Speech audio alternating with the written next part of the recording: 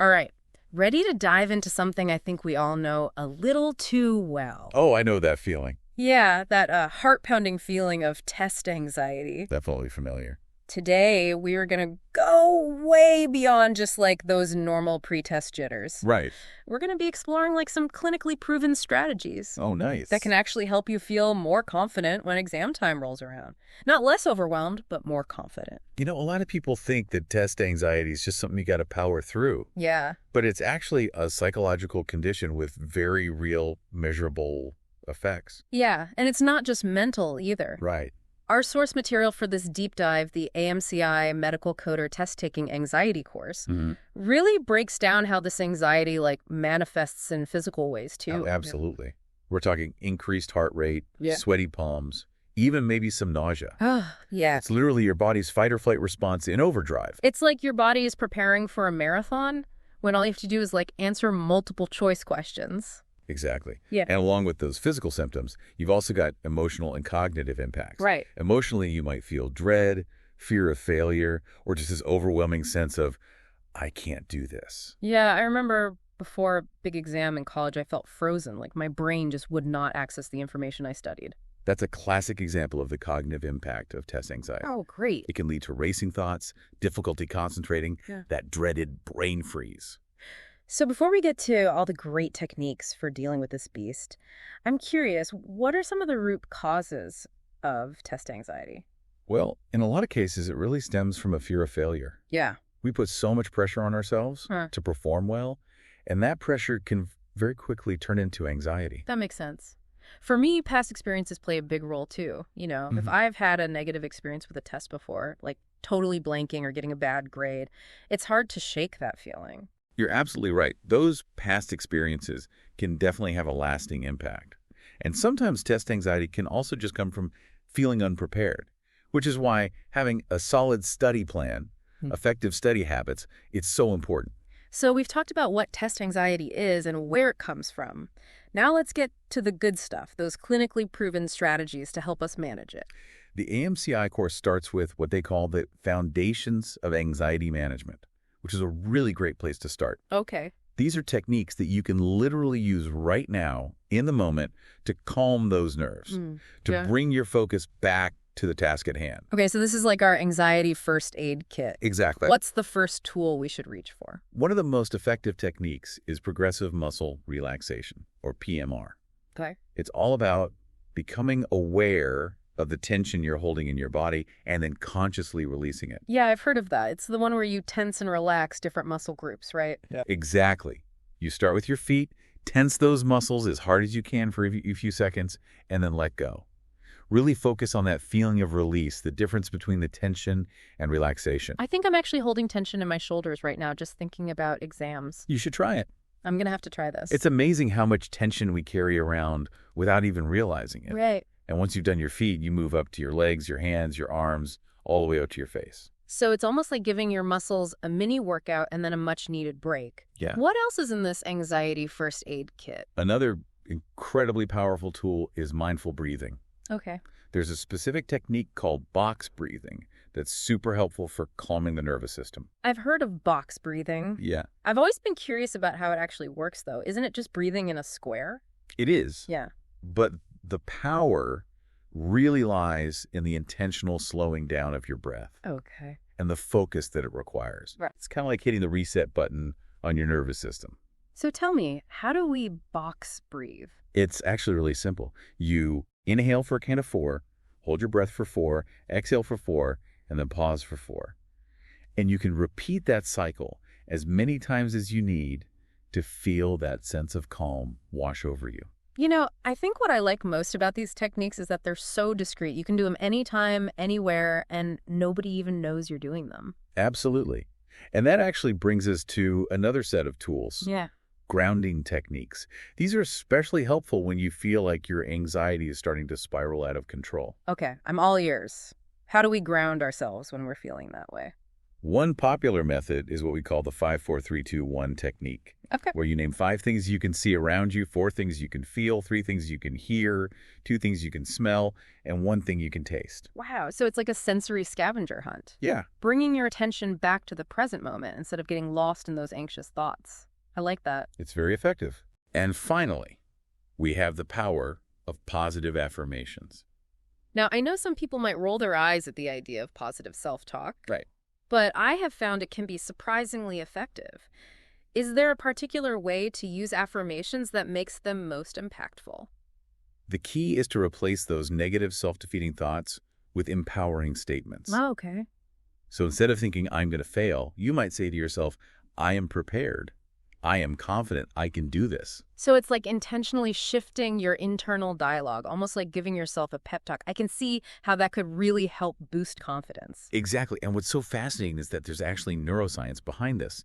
When you repeat these positive affirmations, you're actually rewiring your brain, creating new neural pathways that reinforce those positive beliefs. So we've got our first aid kit packed with some great tools to calm those pre-test jitters. But I'm curious, what about a more proactive approach? Is there something we can do ahead of time to manage anxiety, something beyond just studying the material? That's a great question. And that's where the AMCI course introduces this really interesting concept called action cards. Action cards, huh? Yeah, This is getting intriguing. I think you're going to like this. Tell me more. Imagine a deck of cards, each with an action word on it, like breathe or ground, kind of like mini instructions with a big impact. Okay, so it's not just about the action itself, it's about having that visual reminder in those moments when you need it most. Right. And to make it even more effective, each action card also lists a benefit and an affirmation. So for the breathe card, the benefit might be something like, this slows my heart rate and calms my nerves. Exactly. And then the affirmation might be something like, I am in control of my breath and my calm. It's like a mini pep talk combined with a concrete action step. That's so clever. It's like having a little coach in your pocket reminding you of the tools you have to manage your anxiety. You got it. And there are cards for all sorts of situations. There's ground to remind you to use those grounding techniques we talked about. And the benefit for that one could be, this brings my focus to the present moment. You're catching on quick. I'm trying. And the affirmation could be, I am grounded and fully present. You see how this works? Absolutely. This is so much more engaging than just trying to remember a list of techniques. And I love that it's rooted in, solid psychology. It is. This whole approach is actually based on cognitive behavioral therapy, or CBT. Oh, I've heard of CBT. How does it connect to these action cards? So CBT emphasizes the link between our thoughts, feelings, and behaviors.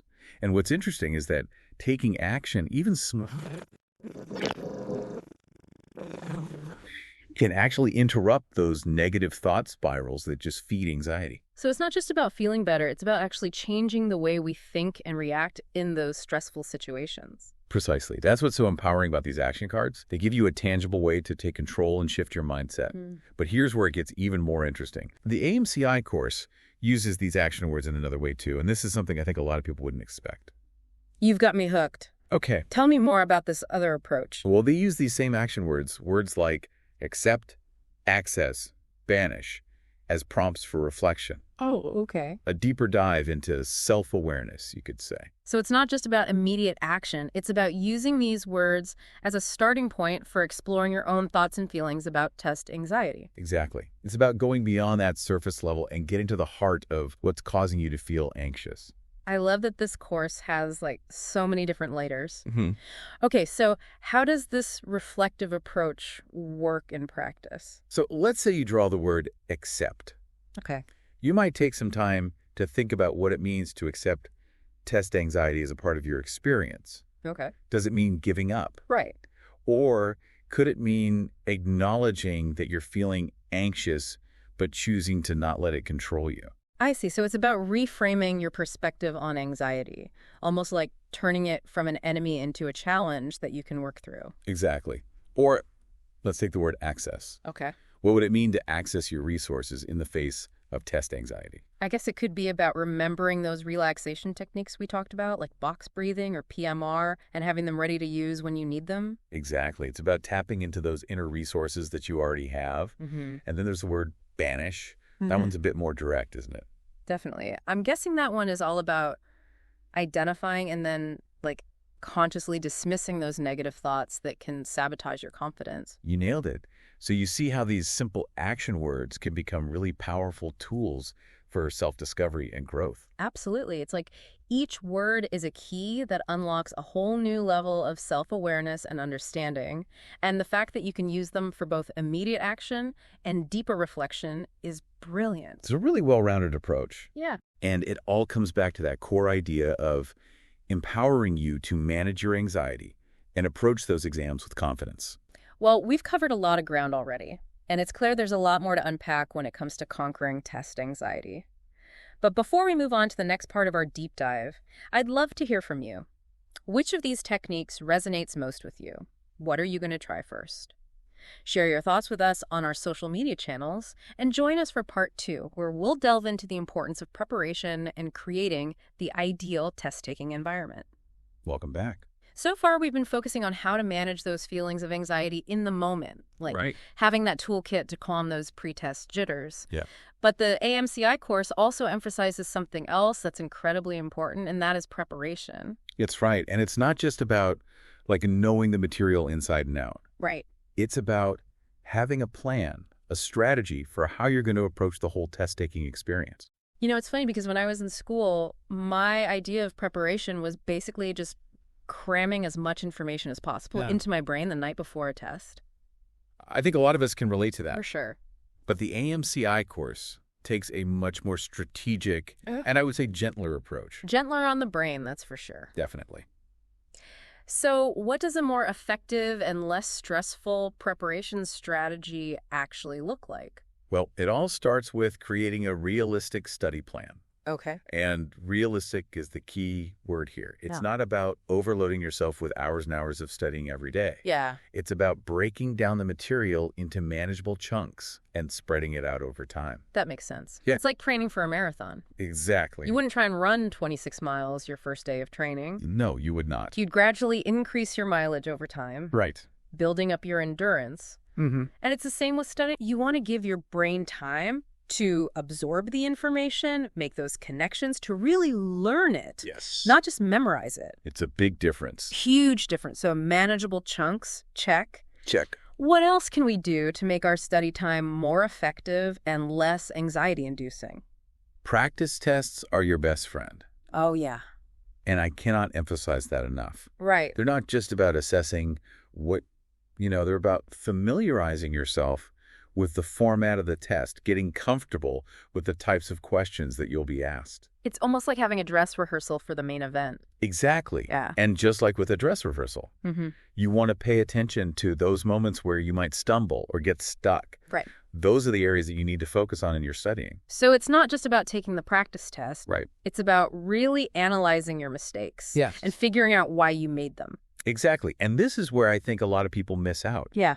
They take the practice test. Yeah. They maybe even get a decent score. Right. But they don't take the time to really understand where they went wrong and how they can improve. Okay, so we've got our study plan in place. Okay. We're practicing like champions. Yes. We're analyzing our mistakes to fine-tune our approach.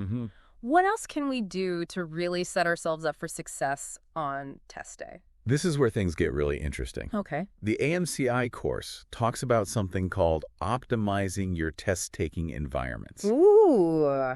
And this is something that I think a lot of people don't even think about. You've got me intrigued. Okay. So we're talking about more than just finding a quiet spot to take the test. Oh, much more. Okay.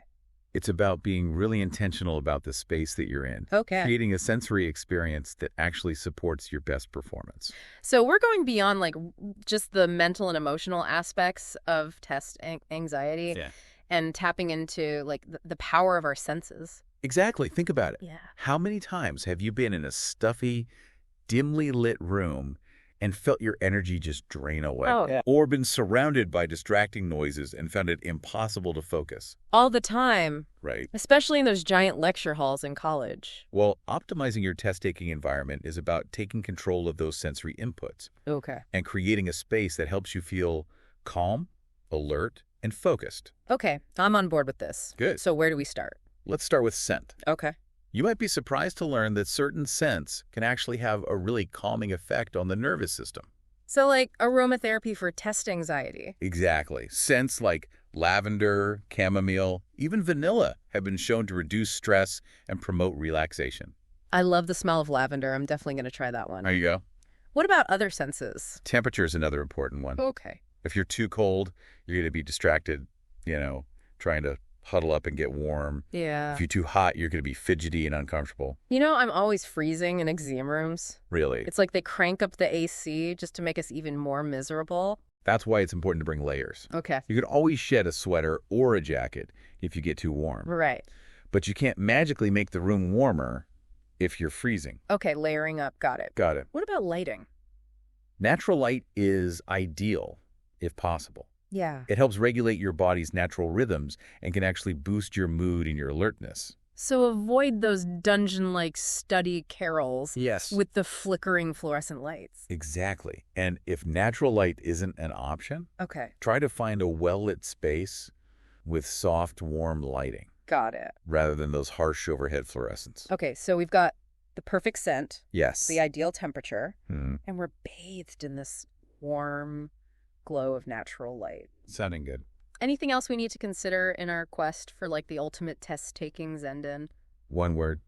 Distractions. Oh yeah, those are the worst, especially in this day and age when everyone is constantly connected. Exactly. You've got to create a distraction-free zone. That means silencing your phone, closing any unnecessary tabs on your computer, letting your roommates know that you need some quiet time. It's like creating a bubble of focus where the only thing that exists is you and the test. You got it. And you might be surprised how much of a difference this can make. Right, yeah. When you're not constantly bombarded with notifications, emails, text messages, Yeah. your brain can actually relax and focus on the task at hand. It's like giving your brain permission to single task for a change. Exactly. So we've prepped like pros, we've designed our Zendan, and now it's test day. Okay. We walk into that exam room and boom, those familiar feelings of anxiety start creeping in. What do we do? First of all, remember all those great techniques that we talked about in part 1.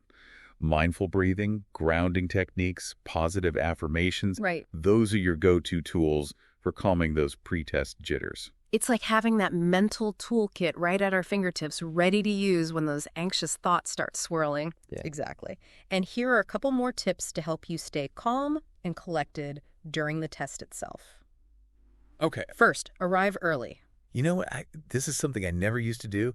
I was always rushing in at the last minute, feeling all flustered and stressed. And that just adds to the anxiety. Right. Arriving early gives you time to settle in. Oh. Get comfortable with your surroundings, maybe even do a quick review of your notes or practice some relaxation techniques. It's like that pre-game ritual that athletes do to get in the zone. I love that analogy. Yeah. And then during the test itself, remember to pace yourself. This is another one I struggle with. Yeah. I always feel this pressure to rush through the test. Right. Like I'm going to run out of time. It's a very common feeling. Yeah. But it can actually lead to careless mistakes. Right. Take a deep breath, remind yourself that you have plenty of time, Okay. and take it one question at a time. One question at a time. Got it. What about those moments when you hit a question that just totally stumps you? Oh, the worst. Don't get bogged down. Okay. If you're spending too much time on one question, it can throw off your pacing Right. and increase your anxiety. The AMCI course recommends a strategy called skip and return. Oh, I like that. Yeah. So if you're stuck on a question, just move on. Yes. And come back to it later. Exactly. You might be surprised how often a fresh perspective can help you see the answer that you were missing before. It's like giving your brain a little break, a chance to reset and approach the problem from a different angle. Exactly. And speaking of giving your brain a break, Yeah. don't forget to take those little mini breaks throughout the test. Right. Even just a few seconds to close your eyes, take a deep breath, and refocus can make a world of difference. That's a great reminder. It's so easy to get caught up in the pressure of the test and forget to take care of yourself in the process. Exactly. And remember, the goal is not just to survive the test. Right. It's to thrive throughout the entire experience. Well, I don't know about you, but I'm feeling much more confident and prepared just talking about all of this. Good, I'm glad. And there's still more to come. Yes. In part 3, we'll explore how to care for yourself after the test is over, regardless of the outcome, Right. and how to maintain that hard-earned confidence long after you've turned in that exam. Welcome back for the final part of our deep dive into conquering test-taking anxiety. We've covered a lot of ground, haven't we? We have. From those in-the-moment, anxiety-busting techniques Right. to preparing effectively and even creating that ideal test-taking environment. You know, it's interesting because most of the advice you hear about tests focuses on what to do before you take them. Mm-hmm. But the AMCI course actually has a whole section dedicated to what to do after the test is over. Right. And honestly, I think this is something we don't talk about enough. I completely agree. There's this tendency to think, okay, I survived the test, now I can just forget about it and move on. Right. But there's actually a lot we can do to really take care of ourselves. Right. Yeah. And process the experience in a healthy way, regardless of the outcome. So it's not just about surviving the test, it's about thriving afterward. Exactly. And the first step is simply to acknowledge your effort. Yeah. You faced the challenge, you showed up, you did the work. Right. And that deserves recognition no matter what the results might be. I love that it's so easy to get caught up in like the anticipation of the results. Yes. That we forget to celebrate the fact that we even made it through the test in the first place. Exactly. So give yourself a pat on the back. Yeah. Take a moment to appreciate how far you've come. Okay. And then engage in some serious self-care. So what does post-test self-care look like? Is it like a victory lap for your brain? It can be. Yeah. It's really about whatever helps you unwind and recharge. Yeah. Maybe it's spending time with loved ones. Maybe it's getting lost in a good book or movie. Maybe it's simply getting some extra sleep. Right. The key is to be intentional about giving yourself that time and space to recover. You know, that's something I wish I had done more of in school. I always felt this pressure to just like jump right into the next thing, keep pushing forward. Mm-hmm. But I'm starting to realize that taking those breaks, those moments to recharge, is actually essential for like long-term success. Absolutely. And here's something else to consider. If you find yourself, feeling anxious while you're waiting for those results, Yeah. try to channel that energy into something productive. So instead of obsessively checking the website every 5 minutes, Yes. or like replaying every question in my head trying to figure out what I got wrong, Right. I should focus on something else. Exactly. It's about shifting your focus from worry to action. Okay. Maybe you could review your study materials, identify areas where you can continue to grow, or even start planning for those future challenges. Right. The key is to feel empowered, not helpless. So it's about turning that nervous energy into like a force for future success. Exactly. Now, when the results do arrive, Okay. it's important to approach them with a balanced perspective. Okay. Easier said than done, right? Especially if the results aren't what you were hoping for. It's true, it can be tough, but remember, a test score is just one data point. Right. It doesn't define you, it doesn't determine your worth, and it certainly doesn't limit your potential. I think that's so important to remember, especially in a culture that often places so much emphasis on grades and test scores. It is, and whether you're celebrating a victory or facing a setback, Yeah. the key is to really focus on what you can learn from the experience.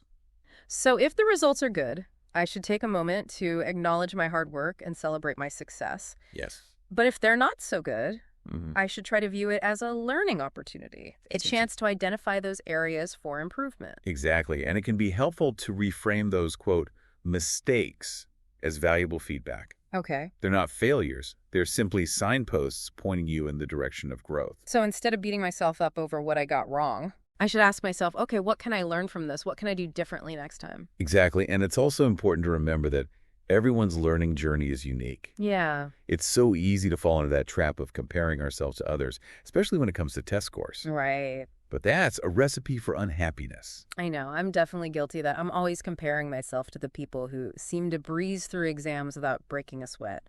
But I guess the real measure of success is how much I'm learning and growing, Yes. not how I stack up against everyone else. That's a great insight. It's about focusing on your own progress, celebrating your own victories, and learning from your own setbacks. And, that's a mindset that will serve you well in all areas of life, not just test taking. Absolutely. So as we wrap up our deep dive into test-taking anxiety, I'd love to hear your final thoughts on what it really means to conquer this challenge. For me, conquering test-taking anxiety isn't about eliminating anxiety altogether. It's about developing the tools and the strategies to manage it effectively. It's about approaching tests with a sense of calm and confidence, knowing that you've prepared well, Right. that you have strategies to handle those anxious moments, and that no matter what the outcome, you'll come out of the experience stronger and more resilient. Well said. And to all our listeners out there who are facing their own test-taking challenges, remember, you're not alone. We've all been there. We've all felt those nerves. Right. And we've all learned and grown from those experiences. Absolutely. So embrace the challenge, celebrate your effort, and keep diving deep into knowledge. What's fascinating here is that you've not only gained these valuable strategies for managing test anxiety, but you've also developed a growth mindset that will serve you well in all aspects of life. So as we always say, which of these techniques resonated most with you? What are you going to try first? We'd love to hear from you. Share your thoughts and experiences on our social media channels. Until next time, keep exploring, keep learning, and keep diving deep.